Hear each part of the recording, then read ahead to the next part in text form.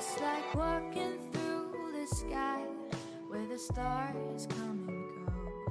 It's the light within my reach, not as distant as it seemed. Dreams are moments, night is long, yet we linger in the past. Tell me, do you feel the same? I can take you far, far away, far enough for us to disappear. Perkenalkan, nama saya Evan Albert Hubertus Samosir dengan NIM 2006112565 dari kelas Agroteknologi B tahun 2020. Di video kali ini saya akan membahas tentang budidaya tanaman jagung. Jadi dalam budidaya tanaman jagung ini, praktikan atau teman-teman semua bisa mengolahnya atau melaksanakannya dari dalam lahan berupa bedengan atau polybag. Dalam hal ini saya menggunakan polybag karena keterbatasan lahan yang ada di rumah saya. Dalam melaksanakan materi ini, kami melakukan beberapa tahapan. Yang pertama ada pengolahan lahan dan pemupukan dasar, yaitu dengan menggunakan pupuk kandang sapi. Kemudian melakukan pembibitan melalui benih jagung yang terbaik. Kemudian dilakukan penyiangan, lalu pemupukan kembali, yaitu pemupukan kimia.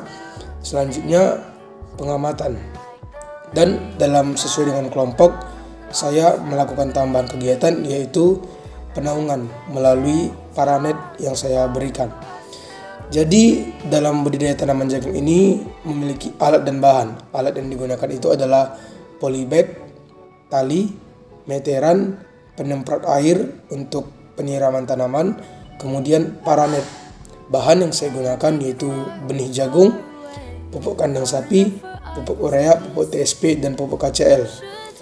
Tujuan dari dijadikannya pupuk kandang sapi menjadi pupuk dasar yaitu untuk memperbaiki struktur tanah yang rusak, meningkatkan kesuburan tanah, dan meningkatkan unsur hara dalam kandungan tanah.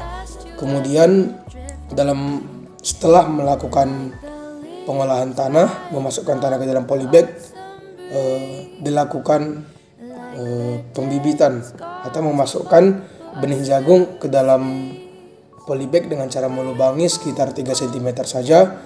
Kemudian setelah itu dilakukan penyiraman. Hal ini dilaksanakan untuk bertujuan agar tanah subur dan mempercepat pertumbuhan dari tanaman jagung.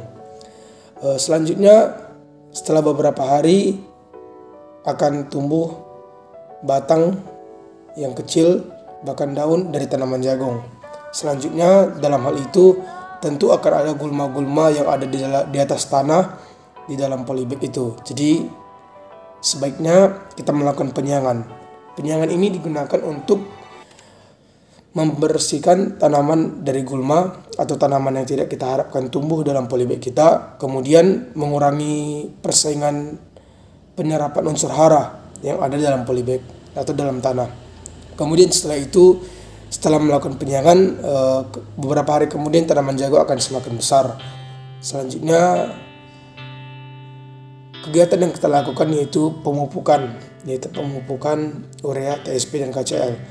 Tentu pemupukan ini diberikan dengan dosis takaran yang pas agar tidak mempengaruhi pertumbuhan dari tanaman jagung sendiri.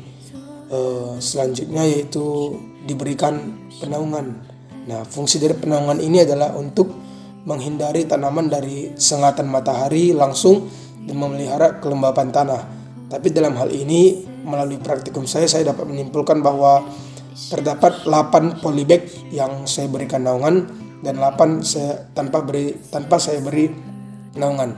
Setelah saya amati bahwa tanaman yang diberi naungan ini arah pertumbuhan daunnya condong tidak teratur. Karena pada dasarnya tumbuhan berklorofil, berfotosintesis itu atau bergerak mengikuti arah sinar matahari.